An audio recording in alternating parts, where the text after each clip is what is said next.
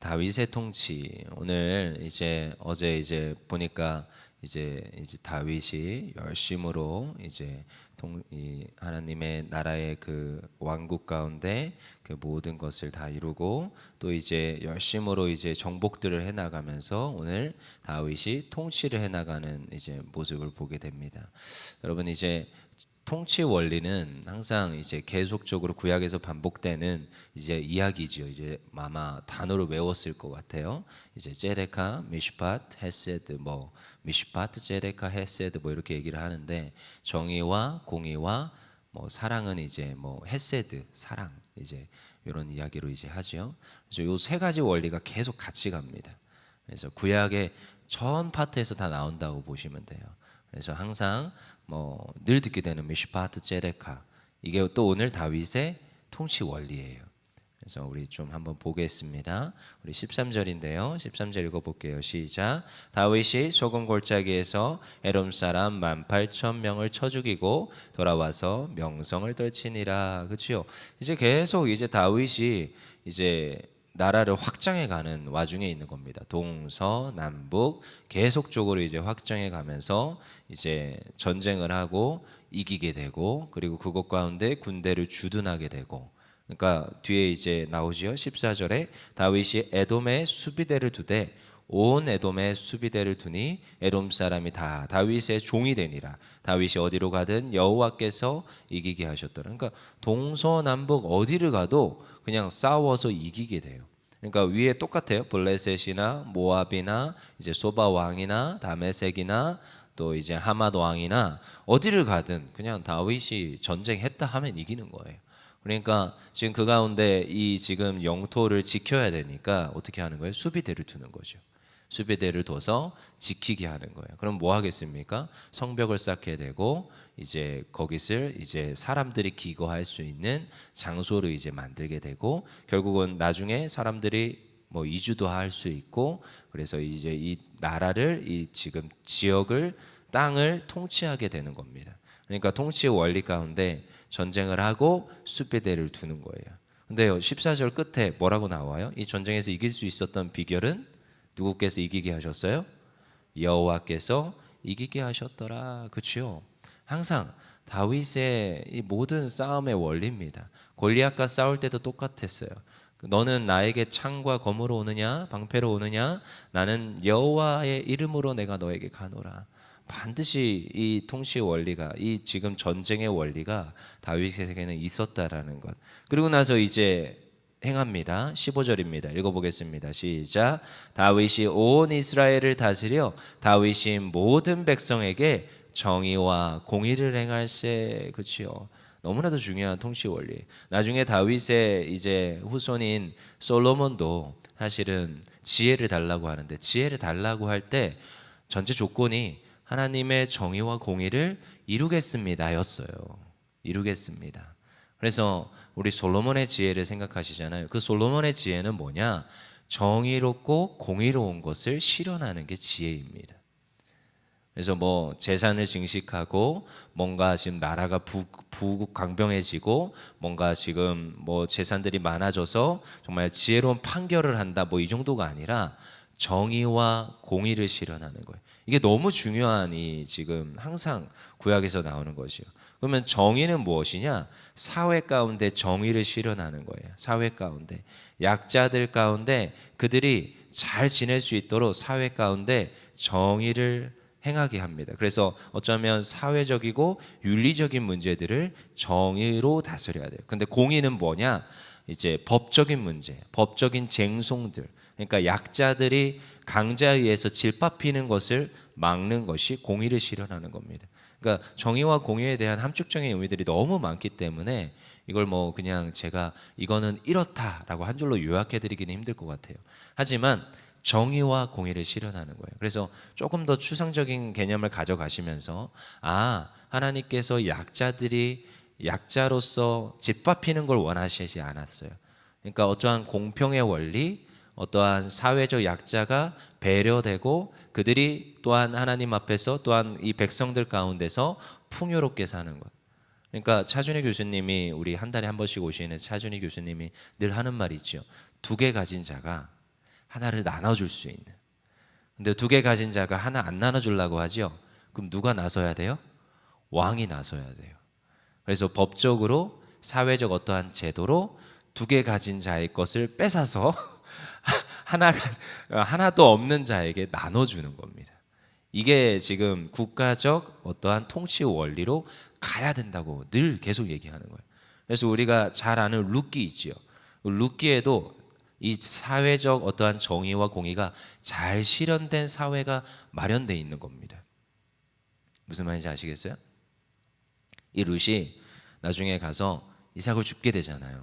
여러분 이걸 잘 생각해 보십시오. 이삭을 줍는 이 배려가 돼 있는 사회적 구조란 말이에요. 요즘은 이삭을 남겨놓겠습니까? 우리나라가 그렇게 할 것 같습니까?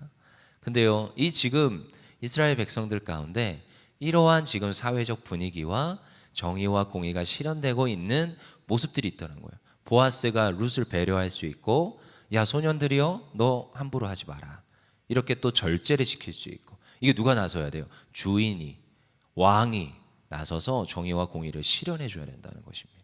다윗이 어떻게 했다는 거예요? 15절에 다윗이 온 이스라엘을 다스려 다윗이 모든 백성에게 정의와 공의를 행했어요. 여러분 너무 중요합니다. 여기서 모든, 이거 동그라미 쳐야 돼요. 모든 백성에게. 여러분 생각해 보십시오. 이 다윗이 제가 계속 얘기했지만 7년 반 동안 헤브론 가운데 있었습니다. 그를 따르는 백성은 유다 이 종족밖에 없어요. 유자 이 씨앗밖에 없단 말이에요. 나머지들은 지금 사울의 지금 자녀를 왕으로 삼겠다고 추대해서 갔단 말이에요. 7년 반 동안 기다리면서 그가 이제 유다 왕국의 왕으로만 군림했지만 결국 나중에 모든 족속의 이제 왕으로 이제 통치가 되게 해야 되죠. 장로들이 다 와서 엎드리니까. 하지만 여러분 사람이요, 자기를 따르는 사람이 있을 것이고 따르지 않는 사람이 있을 거예요. 여러분 잘 생각해야 됩니다. 모든 사람이 날 좋아하지는 않습니다. 저도 압니다. 권 목사도 알아요. 누가 나를 좋아하는지 싫어하는지 알 수 있지요. 그렇지만 전 그걸 알아요. 모든 사람이 저를 좋아할 수는 없어요. 반드시 어디를 가나 한 3분의 1 정도는 저의 안티팬들이 있습니다. 저는 이렇게 생각해요. 그들도 나의 팬이다. 안티팬이잖아요. 어쨌든 팬이잖아요. 근데요, 저를 싫어하는 사람도 있을 거예요. 근데 여러분 잘 생각해 보십시오. 다윗이 모든 백성에게 정의와 공의를 실현했다. 이게 쉽지가 않습니다.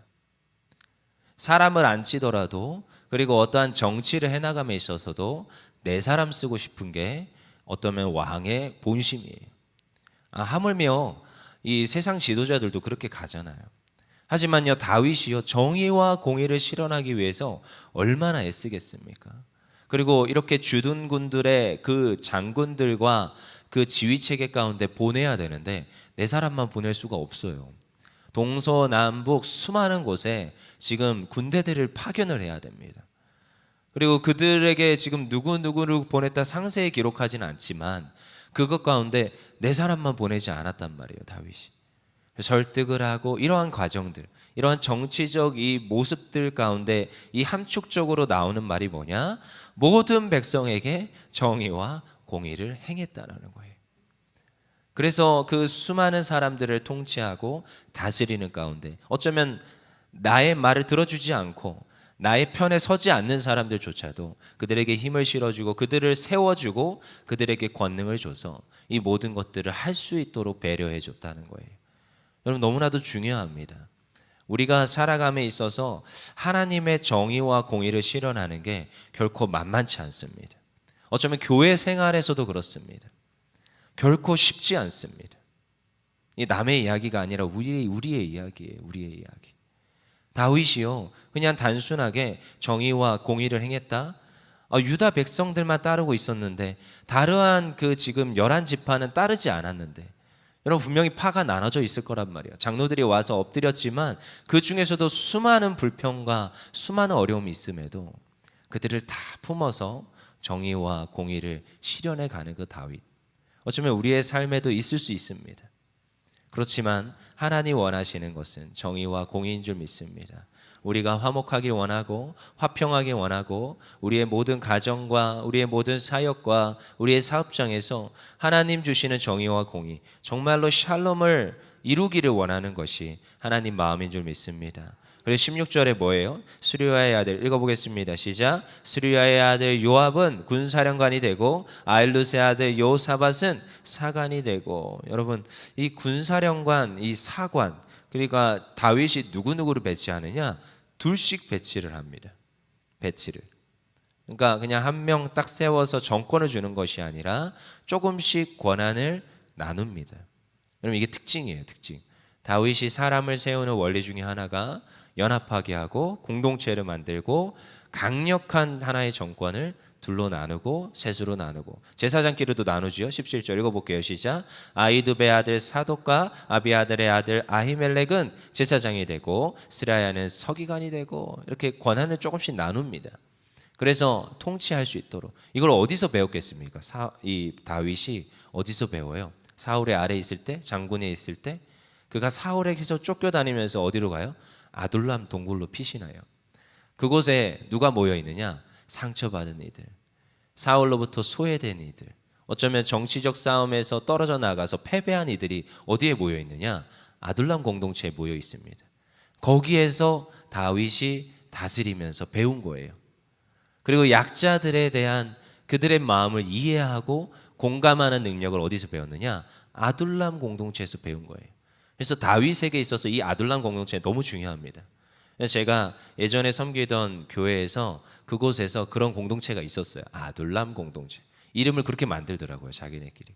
그래서 왜 그렇게 만들었냐 했더니 너무 중요하다. 목사님한테 설교를 듣고 그렇게 공동체를 만들었대요. 자기네끼리 노는, 이제 지금은 30대 중반쯤을 달리고 있는 친구들이 됐지만 그 친구들끼리 서로 배려하고 서로 안아주고 서로 보듬어주고 그러면서 어디도 가고 같이 이렇게 어울려서 지내는 걸 보게 됩니다. 근데 여러분, 아둘람 공동체에서 다윗이 배운 거예요.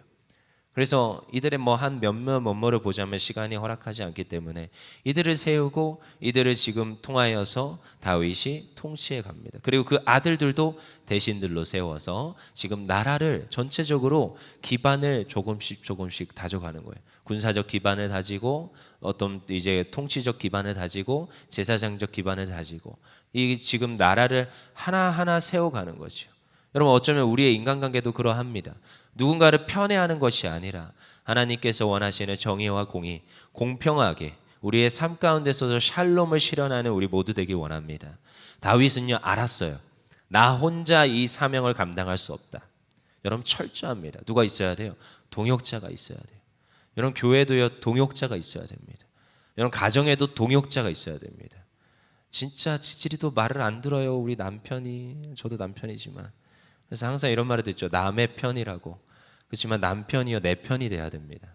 어떻게 내 편으로 만들 건지는, 여러분, 가정 가운데 정의와 공의를 어떻게 실현할 건지는 우리의 숙제입니다. 어렵다고요. 쉽지 않다고요. 하지만 가정이 먼저 돼야 돼요. 사업장도 동일합니다. 어디를 가나 동일합니다. 사역지도 동일합니다. 어떻게 그들을 마음을 얻고 어떻게 그들을 통하여서 이 하나님의 사명을, 정의와 공의를 이루어갈 것인지는 하나님 앞에서 기도하면서 가야 될 우리의 숙제예요. 다윗은 그걸 끊임없이 고민했고 자기가 통치를 잡자마자 실현을 합니다. 이것을 우리가 오늘도 잘 배워서 우리의 삶 가운데 정말 다윗이 모든 백성에게 정의와 공의를 행하였던 것처럼, 어디를 가나 승리했던 것처럼 우리의 또한 삶 가운데서 그러한 정의와 공의가 이루어지고 승리하는 우리의 삶이 되어지기를 원합니다. 기도하겠습니다.